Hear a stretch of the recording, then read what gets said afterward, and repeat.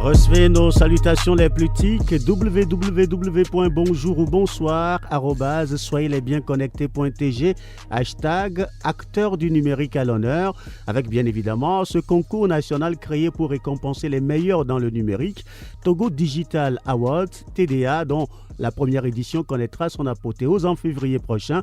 Nous en parlons au top de GTT avec les initiateurs.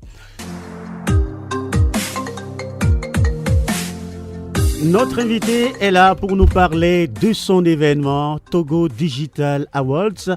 On entend parler de cela depuis l'année dernière, véritablement. La première édition arrive en février prochain. Togo Digital Awards est un concours national qui vient récompenser les acteurs qui sont les meilleurs dans le secteur du numérique. Et on va parler de cet événement avec vous, Guillaume Djondo. Bonjour, bonsoir. Bonjour David Amekoudi, merci pour l'invitation. C'est un plaisir de vous recevoir, surtout que votre événement semble nous concerner à plus d'un titre d'ailleurs. Absolument. Voilà. Alors, vous êtes l'un des initiateurs de Togo Digital Award, vous n'êtes pas seul. Oui, je ne suis pas seul. L'initiative vient de Samuel Maoussé Atikossi et de moi. Alors, dites-nous, qu'est-ce qui vous a poussé à penser à un tel événement? Merci David. Ce concours est né d'un constat, celui d'une effervescence digitale, d'un foisonnement d'idées novatrices qui méritaient d'être vulgarisées. Je veux dire que le Togo Digital Award a une double vocation, faire connaître la richesse de l'univers des acteurs du digital au Togo et valoriser ce qu'ils font très bien. Ensuite, offrir une distinction nationale qui confirme la qualité du travail effectué et ouvre de grandes perspectives d'avenir à celui qui reçoit la distinction. Il peut s'agir d'une reconnaissance qui puisse lui permettre de s'ouvrir à l'international ou de saisir des opportunités professionnelles. Voilà un peu ce qui nous a motivés à penser le Togo Digital Award. Ah, voilà quand même des explications qui semblent répondre à la question que nous posions en début d'émission. Qui pour offrir une grande visibilité internationale aux acteurs togolais dans le numérique. Alors bien évidemment, quand on vous regarde, vous êtes très jeune. Oui, un jeune comme ça va te donner quoi pour reprendre cette chanson? Mais finalement, qui êtes-vous pour taper du poing sur la table ou bomber le torse pour dire que vous êtes prêt pour porter un tel projet? Disons en réalité que je suis acteur du digital comme la plupart de mes frères aujourd'hui, qui a à son actif 7 ans d'expérience dans le domaine du numérique. J'ai commencé petit avec un blog sur la plateforme Radio Blog et Radio France Internationale, un blog de Mondo Blog. Progressivement, avec les opportunités qui se sont offertes à moi, j'ai pu voyager, découvrir un peu l'écosystème à Madagascar, au Kenya, en Côte d'Ivoire, au Rwanda.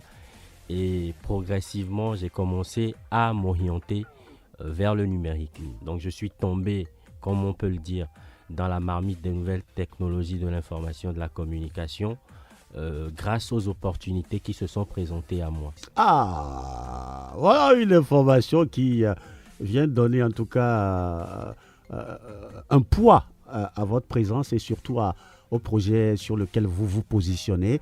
Et justement, on va parler de la crédibilité de ce prix. Qu'est-ce que ça vaut comme prix?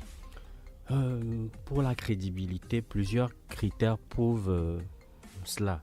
Je veux dire d'abord la diversité des catégories. On en a 7 et des candidatures que nous avons reçues. Ensuite, l'essence même du domaine vers lequel nous évoluons. Et enfin, les personnes ressources que nous avons à nos côtés. Je veux parler du jury, du sponsor ou des sponsors et du comité d'organisation. Et il y a la complexité, bien évidemment, des différentes catégories au vu des éléments de preuve exigés pour candidater. Il y a également la qualité du jury. Je ne vous cacherai pas qu'on a eu l'honneur d'avoir dans le jury, parmi les membres du jury, je veux dire, le ministre de la Communication et des Médias. Et donc, pour nous, c'est quelque chose de vraiment qualitatif pour continuer ce concours-là. Pour finir, nous avons également eu la chance de travailler en partenariat avec certains sponsors, notamment le programme des Nations Unies pour le développement. Je tiens d'ailleurs à remercier le représentant résident, Monsieur Aliou Dia, qui tout de suite a ouvert les portes de ces locaux dès que nous lui avons envoyé le projet de sponsoring. Nous avons également à nos côtés l'ARCEP, et pour couronner le tout, le ministère de l'économie numérique et de la transformation digitale. Tout cela rassemblé, je crois que ça donne un certain poids, une certaine crédibilité à ce concours. Alors, justement, vous avez parlé des acteurs qui sont autour du projet. On va aussi évoquer l'un des aspects assez importants. Quand on parle de concours, il faut penser à ce que les lauréats vont gagner. Et généralement, on sait que dans les concours au Togo, c'est des bouts de bois. Je ne sais pas si c'est des bois de Dieu que l'on donne. Qu'est-ce qu'on va gagner quand on est lauréat dans Togo Digital Awards? Beaucoup de prix. Je vais citer quelques-uns.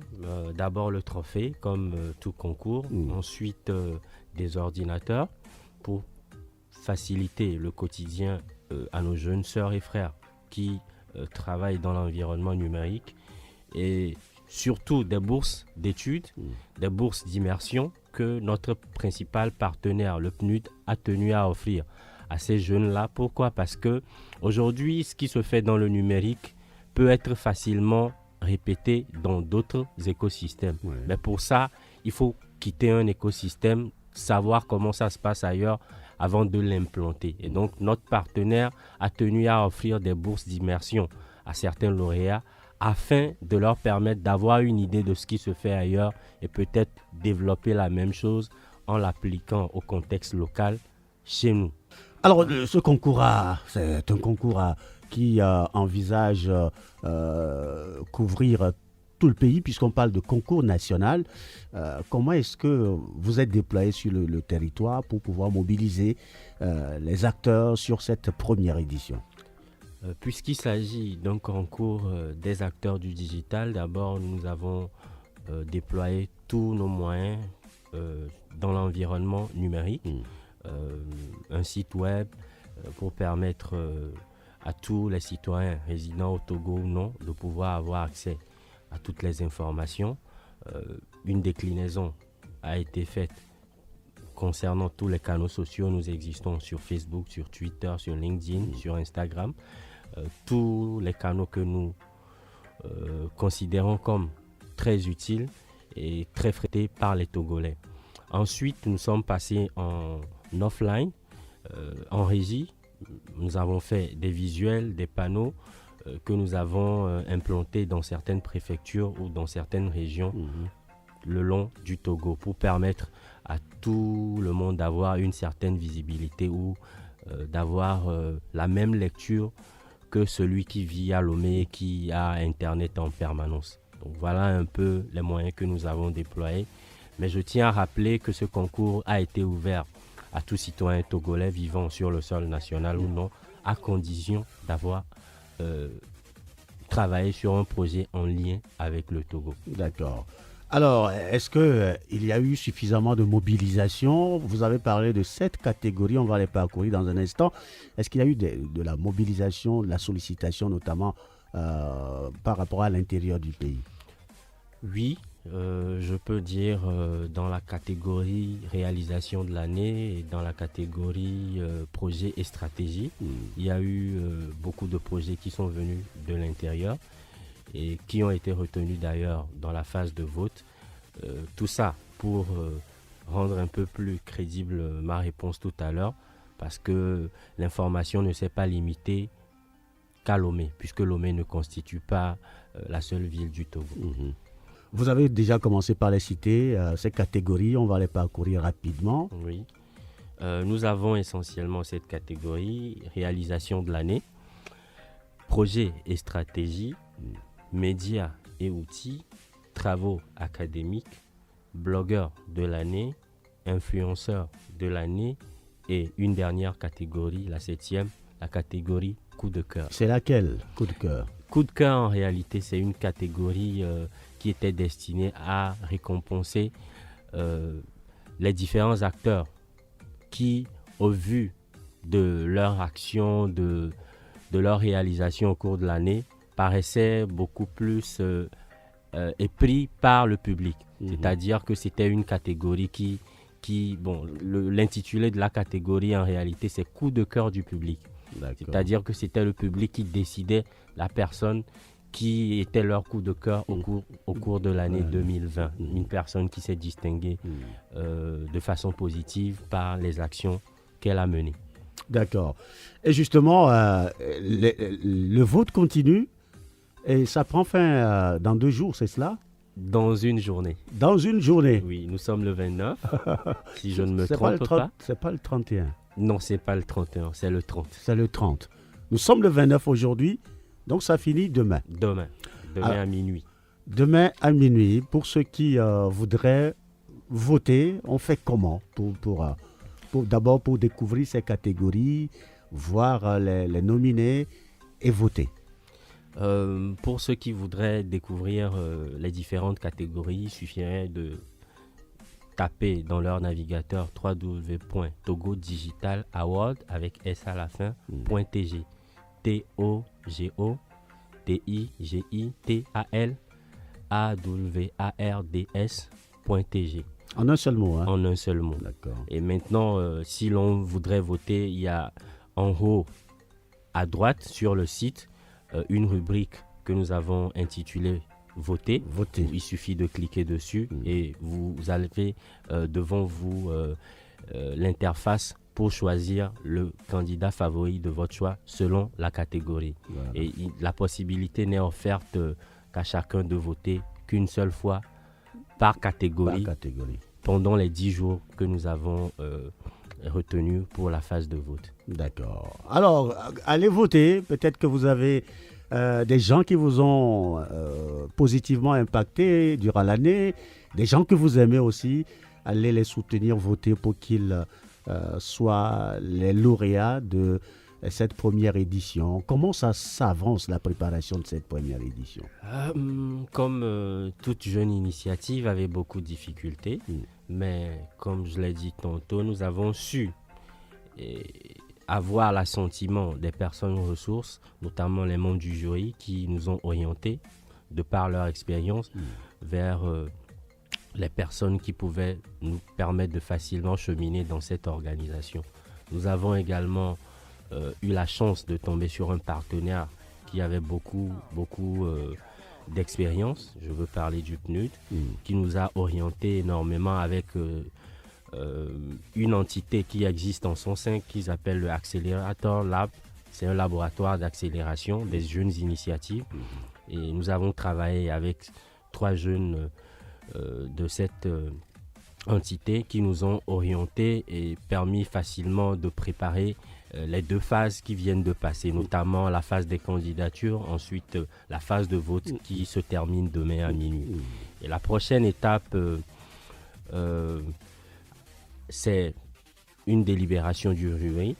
Et cette délibération, en réalité, fait suite à une délibération déjà antérieure parce que après les candidatures, il y a le jury qui s'est réuni à plusieurs sessions, qui a même d'ailleurs retenu ces critères d'évaluation et qui a noté les candidats selon la pertinence des projets sur plusieurs critères. Si vous permettez d'ailleurs que je vais rappeler rapidement, notamment la diversité et l'originalité des postes, la ligne éditoriale, le format utilisé, l'interaction avec la communauté, l'animation et l'innovation des projets proposés. Et les membres du jury, dans cette seconde phase, feront une délibération parce que dans la première phase, ils ont fait une annotation qui est valable à 80%, sauf pour la catégorie coup de cœur, où le public joue énormément à 100%. À 100%. Et après cette seconde phase, le jury va faire une moyenne en compilant la note qu'ils ont retenue dans la première phase de leur délibération à la note du public faire la moyenne et retenir les meilleurs par catégorie. Ensuite, il y aura une cérémonie de récompense. On espère que la distanciation sociale ne va pas nous limiter, parce que la résurgence ou l'augmentation des cas de plus en plus et l'apparition d'autres souches commence à nous inquiéter. On espère que ça ne va pas nous limiter, que nous allons organiser une cérémonie en présentiel pour offrir les trophées et les prix aux différents lauréats. Surtout que l'on sait que l'événement, la première édition devait avoir lieu déjà fin 2020 et que la crise sanitaire vous a obligé à changer de programme. Absolument. D'accord, nous arrivons pratiquement à la fin de cet entretien. Alors pour ceux qui souhaitent avoir plus d'informations, vous contactez après. Vous voulez bien leur laisser un contact? Oui, il y a le numéro pour l'information, c'est le 92 18 98 98. D'accord. Peut-être à titre personnel, je laisse le 90 45 05 68. D'accord, c'est noté.